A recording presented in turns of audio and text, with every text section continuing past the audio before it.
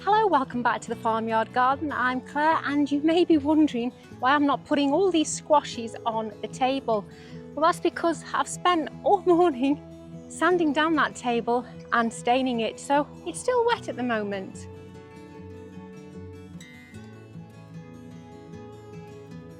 It was quite labour intensive sanding everything down, but it had started to go a bit silvery grey, and while I don't mind the weathered look, I much prefer to see the beautiful grain of the wood highlighted by this stain.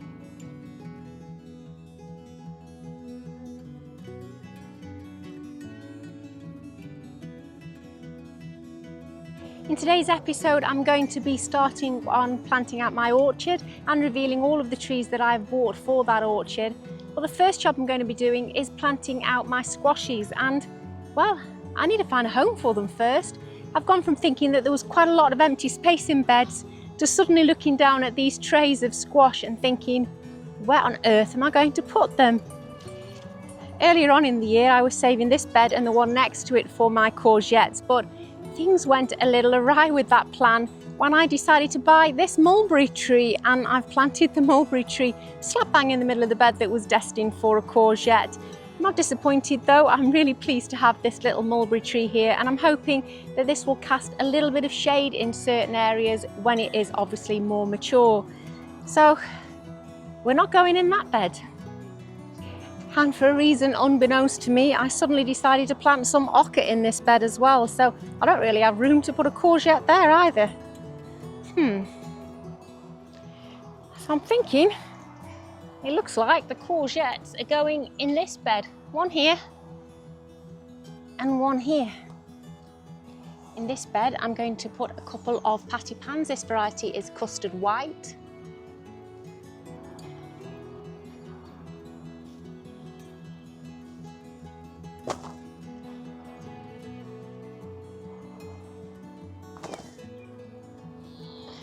Now, I'm not sure that I've got enough room here to fit all of those squash over the archway and in these beds. I think I'm going to have to get creative.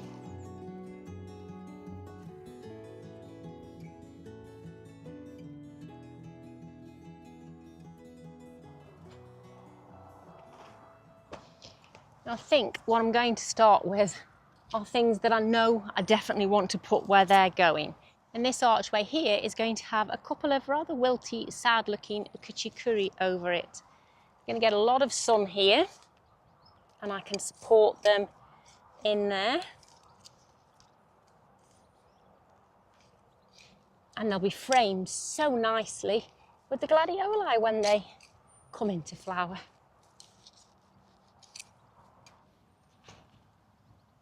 Oh, not bad, not bad.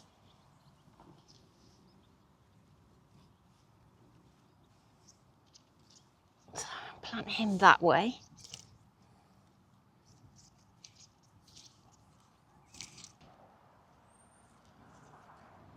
And this one, it's the opposite way to that leaf, isn't it? That way.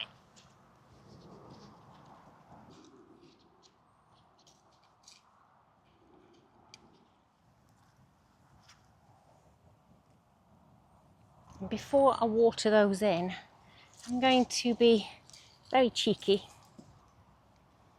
and probably a little bit reckless, although I will just get rid of these weeds. And I'm going to try and just squeeze in a mashed potato squash here and hope that it doesn't get in the way of the ochre too much. Because they didn't grow that big last year as a plant itself, but I know we had a very cold summer, so who knows what they should have grown like. I think the mashed potato squash was probably my favourite squash last year, which is why there's going to be quite a few of them in the garden this year. Again, not bad roots at all. In you go.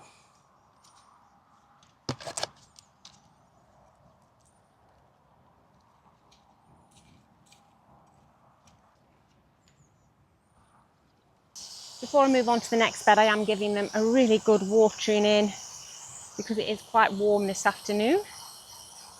And you might have just spotted that there's another fruit tree there with the potatoes, and that is a patio quince tree. This one is actually still in its pot, and that's because I didn't want to disturb the potatoes, and again obviously when I'm harvesting the potatoes I wouldn't want to disturb the roots of that patio tree either.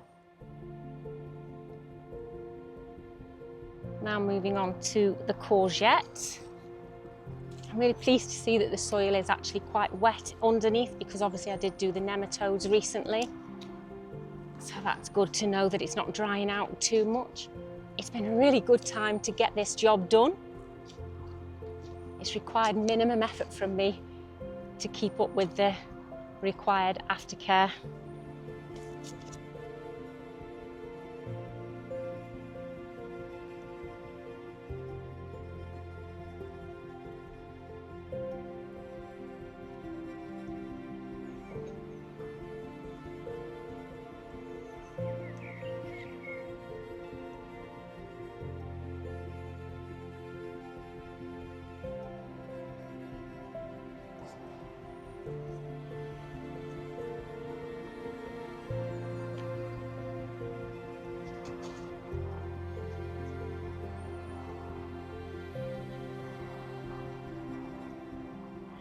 I think I've got everything sorted out now. Quite a few mashed potatoes, squash this side, another one here. And then I'm going to try a couple of pumpkins trailing off the side of this bed, because there's quite a lot of empty space and path back to the fence because the plot isn't square. So they can sort of trail in that space, hopefully up there. And then over the archway, I'm going to be putting butternut squash, a buttercup and a high sugar, and 2 birdhouse gourds, and they are the thing that I am really excited to be growing new this year. I'm not sure they're going to ripen or cure outside properly, but just in case, I have tried to put one in the polytunnel. I don't really have room for it in there, but I've squeezed one in and we'll see how they grow best. All I've got to do is get them all planted now. Good roots.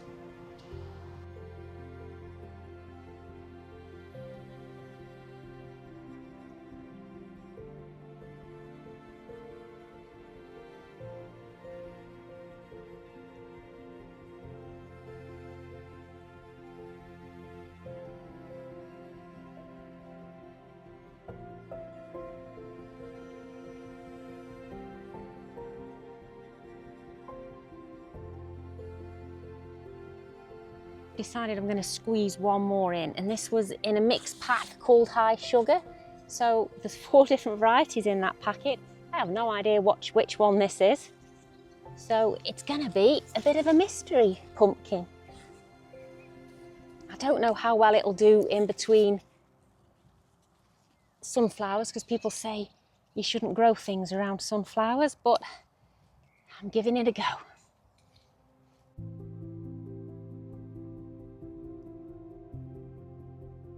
Something I've been really excited to see this year are all of the ladybirds, like this little guy here.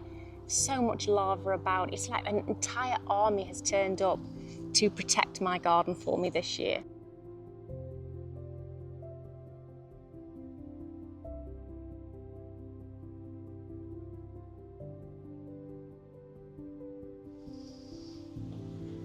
You've just seen me put a couple of strings up ready to help support these fruiting canes. Now these were given to me by Kerry from Dog on the Plot, but I'm not entirely certain what they are. They're either a boysenberry or a loganberry. They were not labelled, so it's a bit of a mystery, although there is one fruit in there, so I guess we should know really by now. But seeing as I've never grown either of them, I'm really not sure. This one keeps hitting me as I walk into the greenhouse door, so I think it's telling me it needs to get in the ground. And the reason I've been putting it off for so long is I'm quite worried that they're going to shade the fruit trees behind them. I was debating where else I could plant them, but that's a problem I'll have to worry about at another time.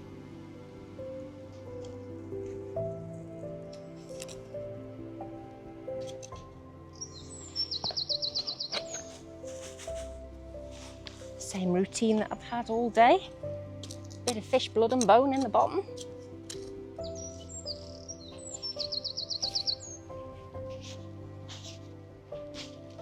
Oh, look at those roots.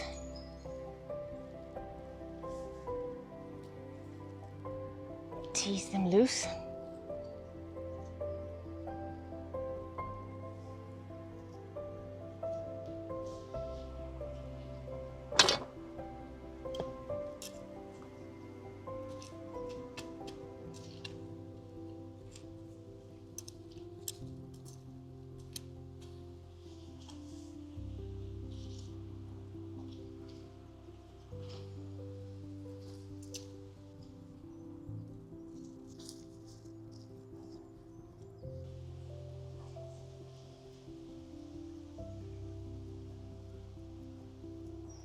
And I will just put one of these cane caps on the top to protect eyes.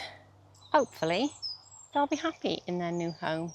And while I'm in the fruit cage, I thought you might like to see how things are doing in here, because I think 2025 is going to be the year of soft fruit. This is my blackcurrant bush here, and if I just separate the leaves a little bit, look at the size of the blackcurrants on here. They are absolutely enormous. I'm really shocked at the size of those. And if we move next door, you can see the red currants are doing well. And again, with the white currants, there's plenty of currants on this bush as well. And you might remember that I was worried about the grapevine that I had in here, and this was the last year it was being allowed to stay here, and if it didn't produce any leaves or start to do anything, I was going to dig it up and replace it. Well, it must have heard me, because look, we are starting to put some growth on now. So I now have high hopes for this grapevine.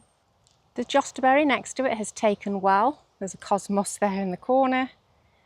And then moving along from where we've just planted those berries, this is my aronia berry, which is an absolutely spectacular looking bush. It's so pretty. Hopefully we'll get some aronia berries next year. But the absolute stars of the fruit cage is this huge row of blueberries. Yes, we do like blueberries, and some of them are absolutely laden with berries. We're going to have a bumper crop of blueberries this year. I mean, just look at this variety here. This is Hawk Blue Petite, and I only planted this over winter. Look at that. And this is a really good blueberry bush to have if you don't have much space, because it stays tiny, and obviously the blueberries are quite small as well. And then this one here is Pink Lemonade, and there are loads and loads of pink blueberries to be on this bush, which is really exciting because we didn't get any on here last year. I was convinced the late frost last year had caught the blossom, so I did fleece these when we had some late frosts this year. I've even got some gooseberries on the gooseberry bush here. I'm really excited for those red gooseberries.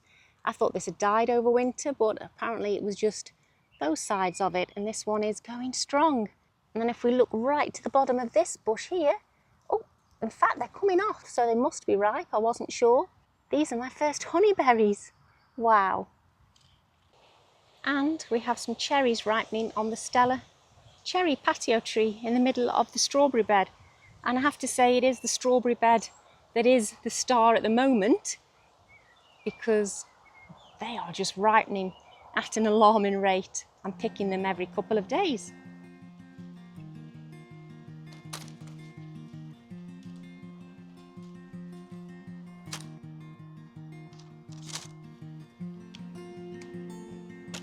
As exciting as it is to be able to harvest our own strawberries, this is not the main focus this week when it comes to fruit production.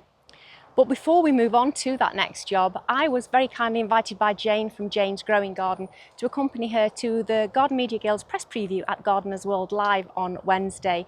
We had a brilliant afternoon, and we were hosted by Nick Bailey, giving us a good tour of his show garden, which was absolutely scintillating to see what a vision he has for that garden. So while I get myself organised, I'll let you have a look at what's going on this weekend at Gardeners World Live.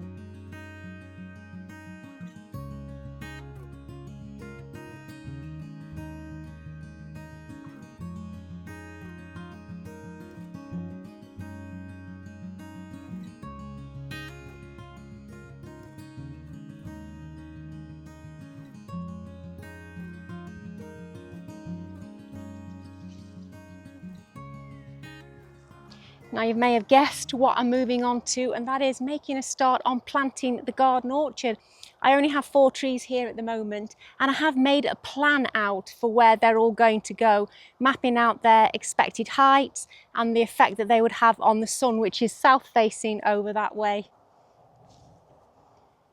So these are the 4 trees we have to start with. We've got an opal plum here. Closest to the camera is a Bramley apple. I have a medlar variety called Nottingham here. And, oh, it's fell over. The one in the corner here. Oh no. This is a Robin almond. I think we'll get that one planted first.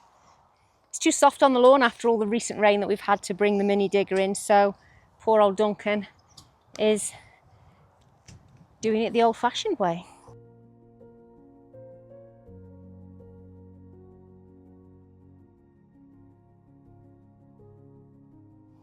Just going for a test fit now. I don't think we want it planted any deeper than that, otherwise the graft will be below the ground level.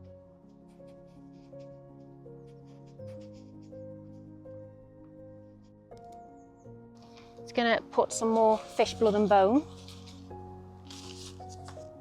And then I'm also going to be putting some mycorrhizal fungi around the roots of the trees just to give them the best start. So I believe that you're supposed to sort of pack it as best you can around the actual roots.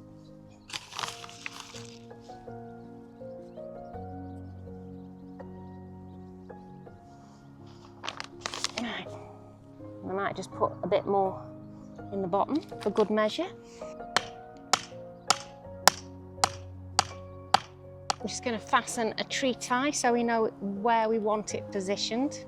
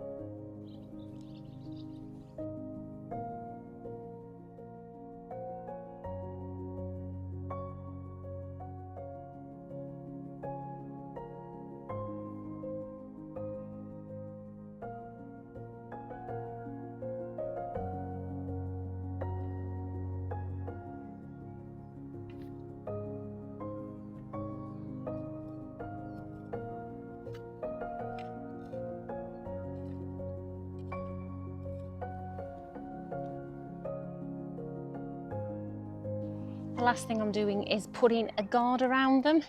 Now this is not just for rabbits. We have some very naughty farm cats that keep trying to play with the trees. So I'm hoping that this keeps those off as well.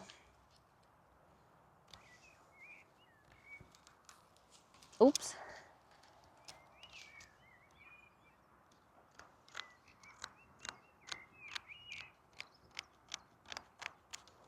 It's just a plastic mesh.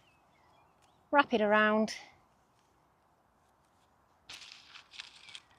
and keep it closed with cable ties. I mean, I'm sure you could tie some string in it if you wanted to, but it is supplied with these little cable ties. And this is why I've staked them the way that I have instead of on an angle, because I'm trying to discourage the cats a bit if it's all enclosed together. Now, the other thing I will do is put a few ground pegs just to hold them in place in the ground. Now, in terms of what else is going in the garden, I have ordered a red Williams pear on a pixie rootstock, a tickled pink apple again on a dwarfing rootstock. I'm having a cob nut. And then when the others arrive, I'm having a walnut Europa here, which is on a shorter rootstock. It should only stay to about 4 meters tall. There'll be a persimmon going on the end here. And in that corner there, I'm having a red filbert.